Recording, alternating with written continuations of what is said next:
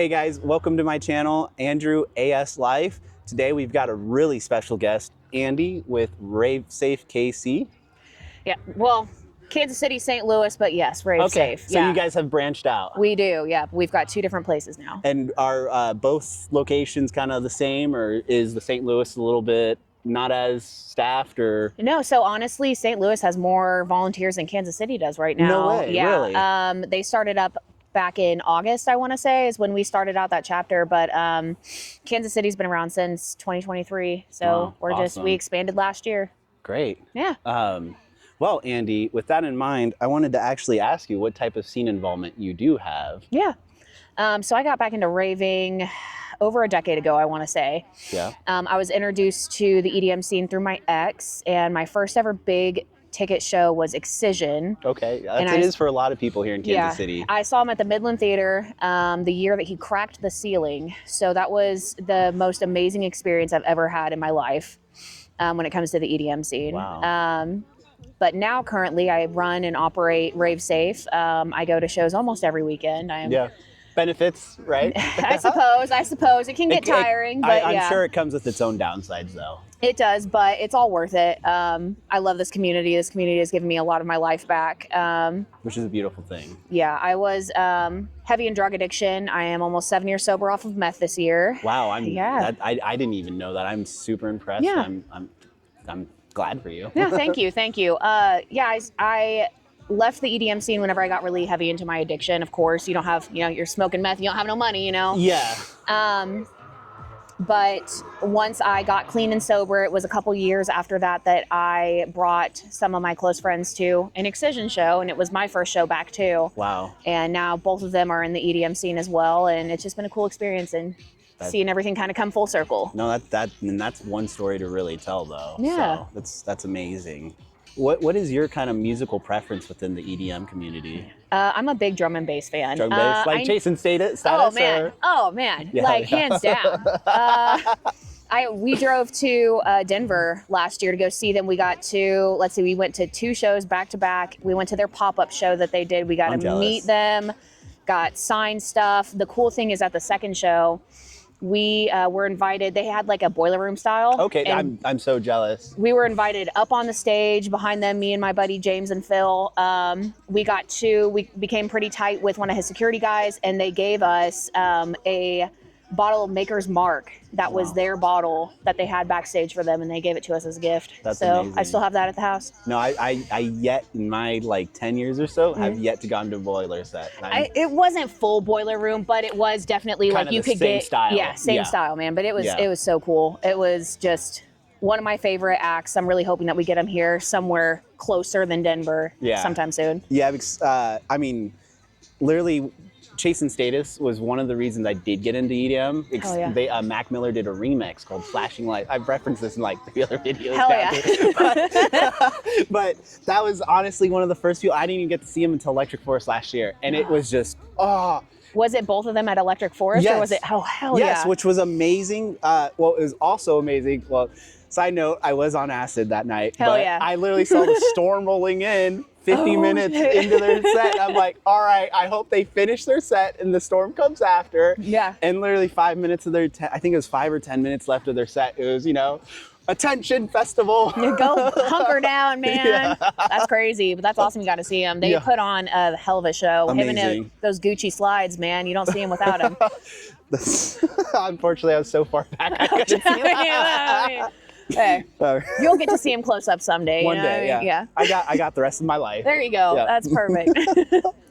What originally got you, I think you kind of mentioned this earlier, but what originally got you into the rave/festival scene? Yeah, so like I had said, my ex actually introduced me to it, and we actually were helping one of the guys out here, Matt Bonabin. He does invite only out here, but back in the day, he used to put on smaller shows, and my ex used to come and help him, put together the set and the stage and that kind of stuff, and I kind of got pulled into that a couple of times, and that really kind of sparked an interest? Yeah, sparked an interest for sure. And I like the music. I'm classically trained, and something about the intricacies of EDM music in general. Well, so there's actually a musical study done by a few universities that pretty much just said that, you know, modern day EDM in a lot of the different styles is equivalent to the intricacies of classical music. So that probably makes a lot of sense. They do that they say that about metal music too, and that's about the only thing that I'll go see is heavy metal and EDM. Amazing. No, I'm almost right there with you. I mean, I'm more like new metal, like Linkin Park and stuff though. I get to go see System of a Down in August in New York with Korn opening for them, and I am so stoked. It's jealous. My favorite new metal band of all time. Wow. So yeah. Okay. Yeah. I'm so jealous. It was expensive. It's going to be an expensive trip, but again, it's worth it. It's totally worth value. it. No, what is your favorite thing about the EDM scene / community? I would say I like the unity that comes with it, and I honestly like the accountability. I know that sounds pretty kind of ass backwards, but teaching people about the second R of plur, I think, is really important, and I think that's responsibility. And I think that especially these young people who are coming into the scene, you do learn about responsibility and about really taking accountability for yourself and learning about yourself and what you can and cannot do and what you can and cannot put your body through by being involved in this community. No, that is a really excellent point, especially more so at festivals. Because sure. You're having those days of, you know, and I'll put it this way, I see a lot of younger kids come in and they're bringing just Pop-Tarts, PB&Js. A single chicken tender for 3 days, dude. And I'm like, that ain't the way to do it, man. Yeah. And then me and my girlfriend, you know, she's 36, I'm 29 going on 30, and we're here with like Propels. We bring a Blackstone, you know, steaks. You know, we're like, we need protein, we need good food. Yeah. You learn a lot about yourself, and I think, and like I was saying earlier, I think that the glamorization of the EDM community it can be pretty, I mean, I love that it brings the new kids in because you can't continue to have a community while you don't include new people. Or it's not growing, Yeah, I think it's super important, though, that the people who have been in the scene for as long as we have, it's important to teach them that base of plur, peace, love, unity, respect, and responsibility, and what that looks like, and how we need to treat each other, and how somebody should hold themselves accountable. And I think all of that comes from this community in general. But it's really up to us as people who have been in this community to really teach that to these new guys coming in, or else it's just another TikTok trend. You know what I mean? And that's actually one of the reasons why I've started this. So. Yeah, I think that's awesome. What would be the best piece of advice you would give to newbies or newcomers? I think finding someone who has been in the scene for longer than you. To help guide you.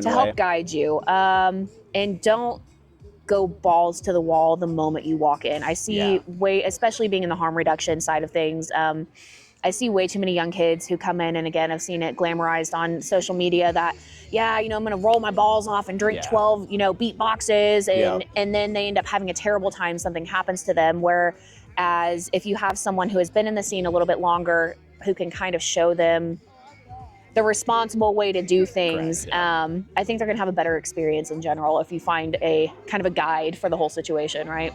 Yeah, I absolutely agree. Yeah. What would be something that you'd like to see added to raves or festivals?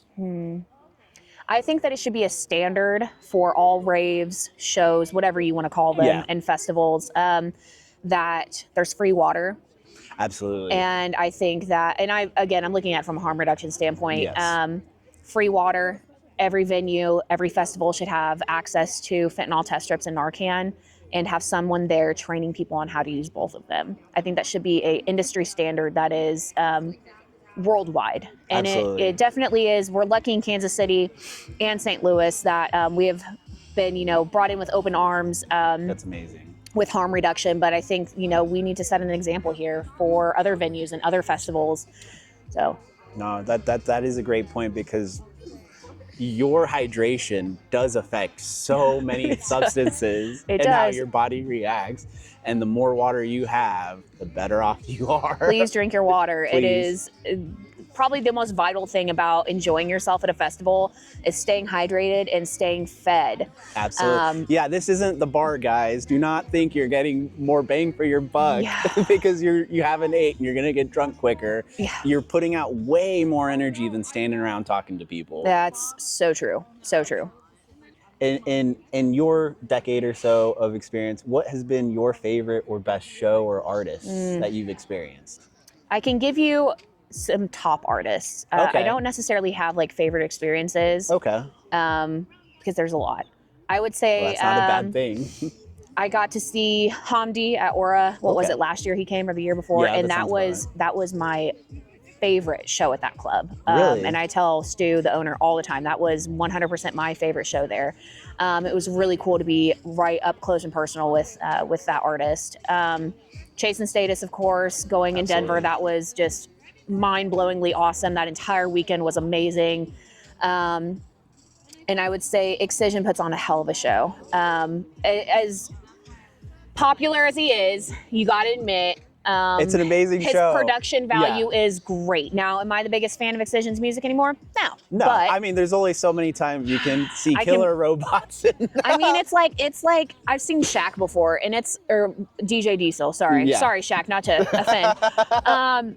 But if I hear one more time mosh pit, I'm gonna scream, Ladies, dude. mosh pit. Like, I know the venue doesn't want you to break the rail that bad, guys. No. Like, but that's my personal experience with it. But no, I would say Chase and Status in Denver, and then Hamdi at Aura. Those are the more recent ones that I have really enjoyed. Also got to see Seth David. He's out of Chicago. Up here at John's Big Deck, and I love Seth David, and I stand that man. He does some amazing stuff, and if you have not heard of him, and you have a chance to see him now, definitely look him up. Do it now before you won't be able to see him in these intimate venues, because that's going to happen in the next 12 months. Well, that is a big issue. You know, there is a time and point where an artist gets so big, they want to try and book out the bigger venue. Yep. So, yeah. So, thanks once again for tuning in to Andrew A's Life. Thanks, Andy, with Rave Safe. Oh, wait. No, I'm lying. We gotta and focus. Oh, yeah. No, I totally forgot. Okay. No, you're totally fine. Before we sign off, guys, we're gonna highlight one thing with the KC/St. Louis Rave Safe group, and just kind of if you can explain what all you do, what all you provide, and what are some of the common things you see. Sure, yeah. So Rave Safe Inc., we are based out of Kansas City and St. Louis, obviously. We provide naloxone, so Narcan, fentanyl test strips. We provide emergency contraceptives like Plan B, and we hand all that stuff out for free at our tables. Wow. We find that it's super important to have accessibility at the tables for those items, because most of the time people who are partaking in substances in the EDM scene are doing so, unfortunately, at the venues. Yeah. And a lot of times they're buying their stuff from people there or right before they get there. So making sure they have access to the testing supplies and, worst case scenario situations, we find has really helped create a good, solid foundation for harm reduction in our communities. We've been really well received here in Kansas City and St. Louis. Which is a great thing. We're at every big venue out here and every big venue in St. Louis. My team is a team of about 80 people. Wow, I didn't even realize you guys were that big. Yeah, volunteers, 100%. Nobody gets paid to do anything, not even me. Well, in a way, that is a beautiful thing, because you are doing this out of either your experience or the kindness of your own heart. Exactly. Yep. So. This community again is 100% behind us, and we appreciate every second of that. If you guys are ever at a show in Kansas City or St. Louis, please stop by the tables. Like I said, all the stuff we hand out is essentially free, and we're 100% donation based. So, yeah.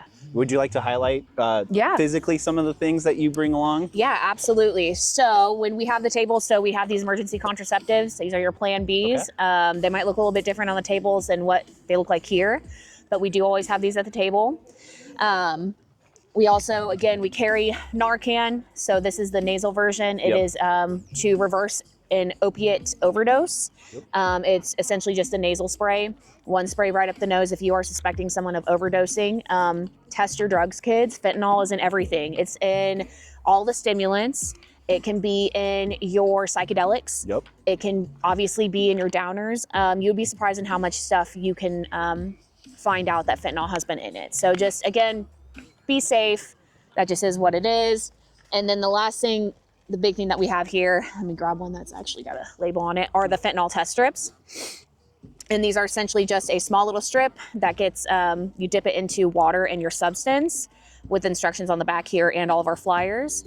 And this tells you if you have fentanyl in that amount that you just tested. Okay. We do always push people to test your entire supply, not just a portion of it. And there's a lot of discussion back and forth with that. But if all you can do is test a portion of it, I would rather you test a portion than none at all. Absolutely. So yeah, that's essentially, those are the basic things that we carry at the table. Well, I'm so glad you guys do this for our community. Thank you. I appreciate that. Yeah. No, but like legitimately. No, I know. And I appreciate that. It has been a long time coming, and obviously it is very well received in this community. We will have pushback every once in a while, but we're not going to change everybody's mind. Which is absolutely silly, because there has been so many different studies that show people are going to do it regardless. Yeah. At least try and make it safe. Yeah. I mean, it doesn't matter if you give somebody black and white facts. We're just not going to change everyone's mind about it. So, and all we can do is hope that, you know, yes, it's great, and we wish everybody would just be sober all the time. But for the people that aren't ready to be sober all the time, we would rather give them the opportunity to stay alive until they make that decision for themselves. Absolutely. That's such a great way of wording it. Yep. That's it. Well, guys, thank you once again for tuning in to Andrew A's Life with Andi with Rave Safe. Please, guys, follow Rave Safe. What's officially the... Yeah, so it's Rave Safe Inc. on Facebook and on Instagram. And then we have our website, which is ravesafeinc.com. Well, guys, please subscribe, follow, like, engage, support them. Do you guys take donations? We sure do. We take donations on our website as well as in person at the tables. Absolutely. Well, guys, please donate to her cause, our community's cause. Yes. And once again, please like, follow, or subscribe. But with that, please spread plur and be safe in your lives.